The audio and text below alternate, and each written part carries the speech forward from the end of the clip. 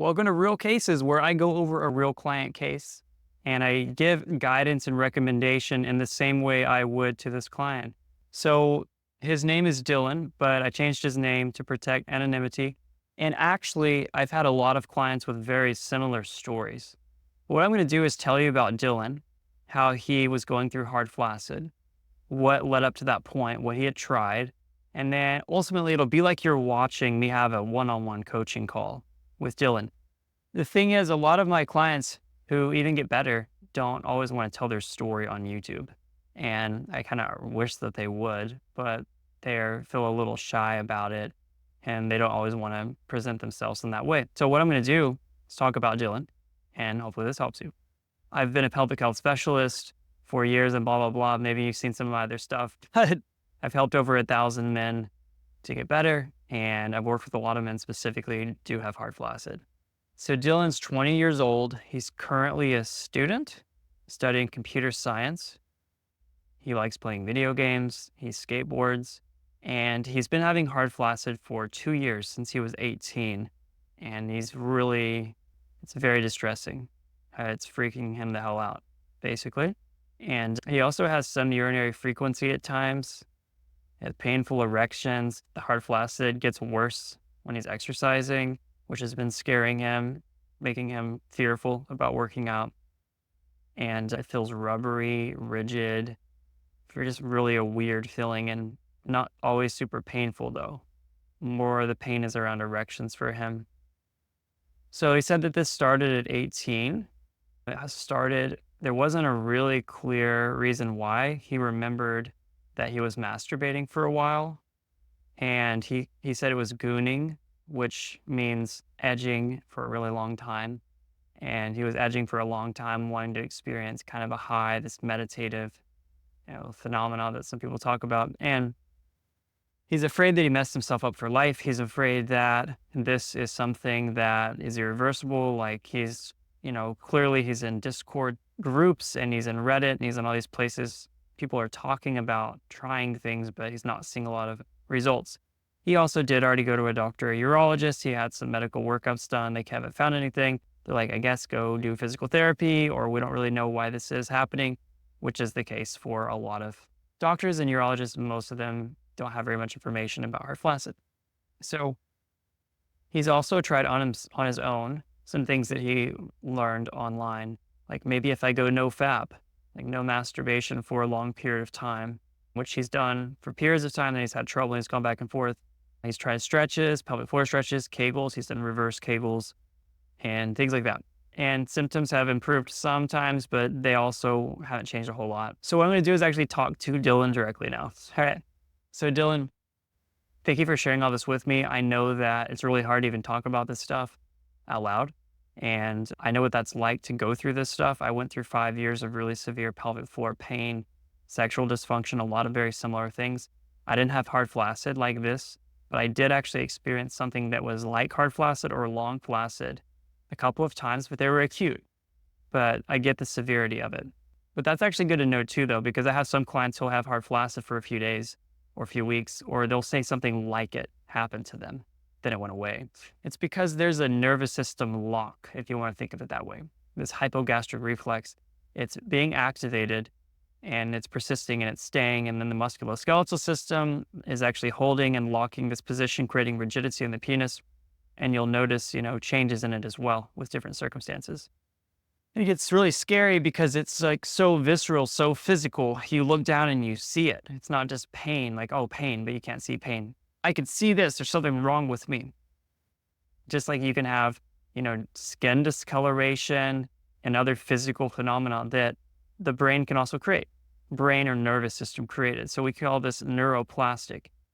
Of course, if you had an acute tissue issue, you actually had an injury, nerve damage, something that could be found, maybe there's correlation, but in most cases, that's not even found, yet hard flaccid still persists. Some other key things you mentioned, you started masturbating when you were 12, you masturbated often to porn, almost every day you felt like maybe you're even addicted to it.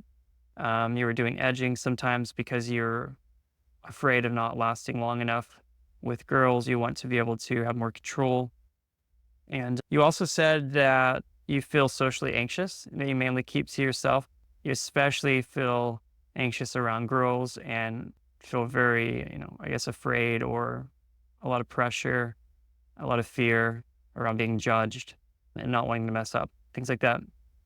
So that's all really helpful because what can happen here with hard flaccid and other related symptoms is that, first of all, it sounds like you got really caught up on an incident. You're like, man, it must have been that time I was edging and or gooning that one day I really messed myself up. I went too far.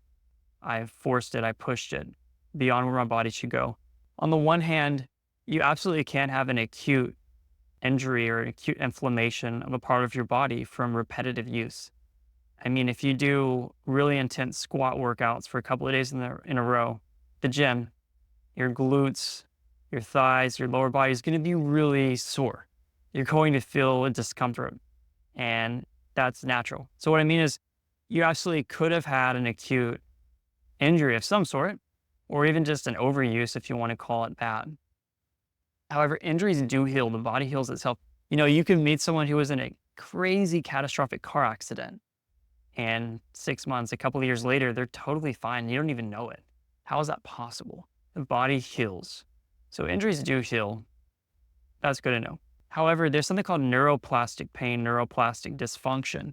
This is where the brain can learn a specific pathway that is activated. And why is it activated? Oftentimes because of stressors, emotional reasons, other forms of pressure, and also getting into fear once an initial thing happens. So you might have an initial injury, like legitimately, but then you get so scared that you F yourself up.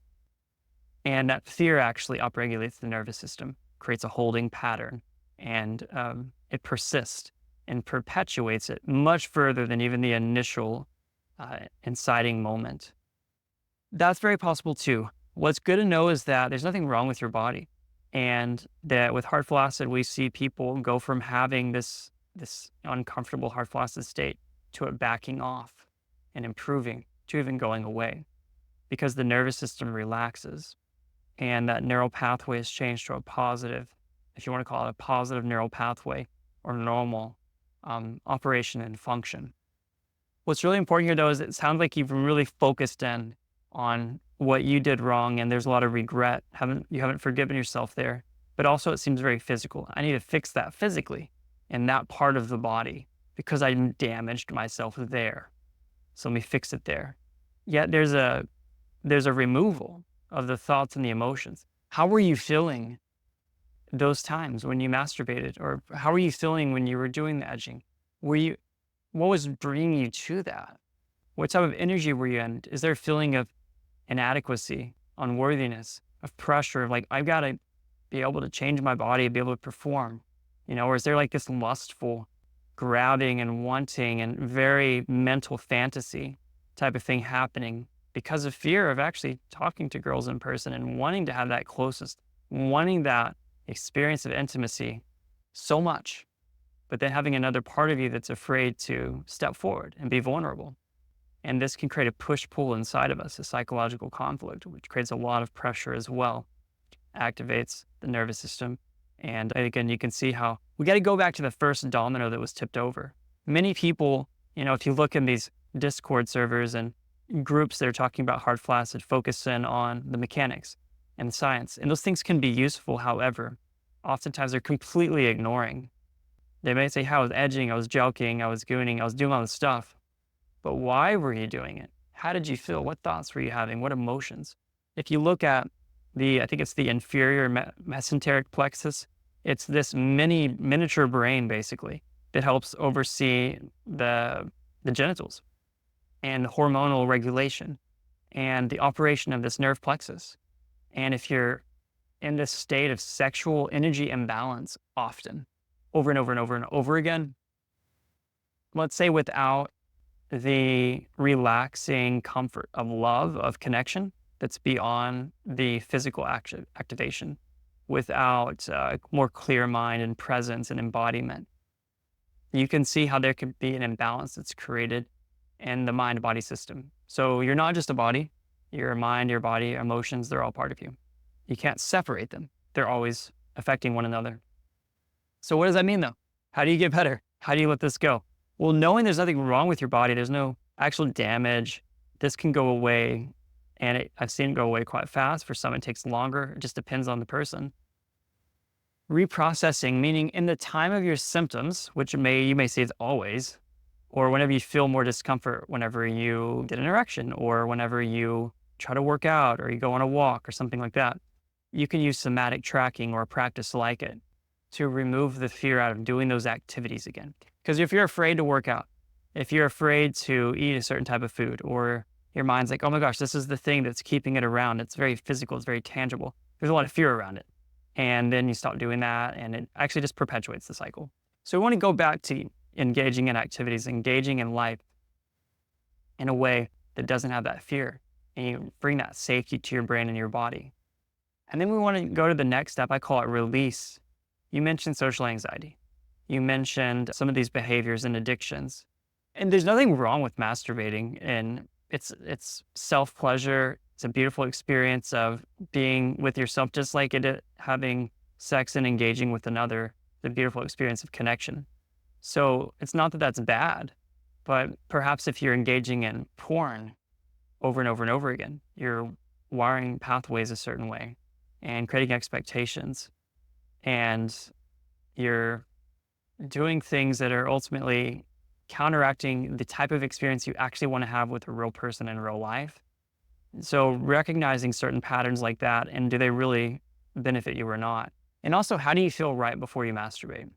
It's like right before, oh, I'm just feeling super peaceful, so connected to life, so good. I just want to do it now. Let me just, start watching porn and masturbate. Or are you feeling lonely? Are you feeling like bad about something emotionally, but you aren't even listening to your emotions? Are you feeling a lot of pressure, like really stressed, and it's a way to get a release? Just noticing how you're feeling right before you do anything that you might classify addictive, whether it's drinking alcohol or masturbating or et cetera, is extremely important, because you'll notice that feeling that you're running away from. So we actually want to walk towards that feeling some in a safe way. And that feeling of, fear around social situations and people, and being ostracized or bullied or made fun of, and kind of looking at all of that. And that may seem like a lot to unpack, but ultimately we want to go to those root causes versus just trying to fix something with one exercise. And that's going to actually relax the nervous system, because we're letting go of things that have been stressing you, probably for even before the hard flaccid began. So ultimately the approach will be realizing there's nothing wrong with you, and then reprocessing the symptoms as they're felt, releasing. If you do the Overcome program with me, there are a lot of emotional expression practices, guided audios, journaling, meditations, breathwork practices. They're giving you opportunities to go deeper inside the self, looking at yourself with a mirror, like, oh, wow, this is actually who I am. These are the thoughts that I'm thinking all the time. I'm constantly sexualizing women, even though I want to have an actual relationship, et cetera. It's like looking at what's really happening and acknowledging it, even though it's uncomfortable. It's uncomfortable to even admit to yourself, let alone to another person. You can do it. And there's a path. And yes, some things that can help you, some stretches and trigger point releases. And we want to have a bottom up and a top down approach. It's not that it's all therapy or all just journaling or something. And you can also bring some relief to that part of your body physically, or having a body worker or someone helping you out. That's totally fine too. But you don't have to change something physically just to make it go away. So hopefully that was helpful. I know that it may sound like a lot, but it's just taking one step. It's knowing that, hey, I need to look at who I'm being and what's been active inside of me versus just what I've been doing, and making those connections and making some changes. And you're going to feel freer. You're going to feel great in your body. You're going to be more of you than you've never been before. And that's at least what my clients usually say once they've gone through this sort of process. So hopefully that was helpful. Guys, hopefully that was helpful. This was just a quick conversation about guidance that I could give in this situation. And every situation is different. You might be like, well, I have a specific story that was different, specific symptoms. That's completely understandable. If you'd like to post some comments, reach out, do the program, the Overcome program. You also get coaching support in it. That's what it's there for. It actually helps you overcome these things. There's no side effect either. There are no crazy experimental surgeries or anything. And it's proven with psychophysiologic research and neuroplastic research that actually goes into explaining how and why this is happening and how those treatment approaches even work and how do they give you the results that you want, which is not having hard flaccid anymore. So thank you guys. I'll see you next time.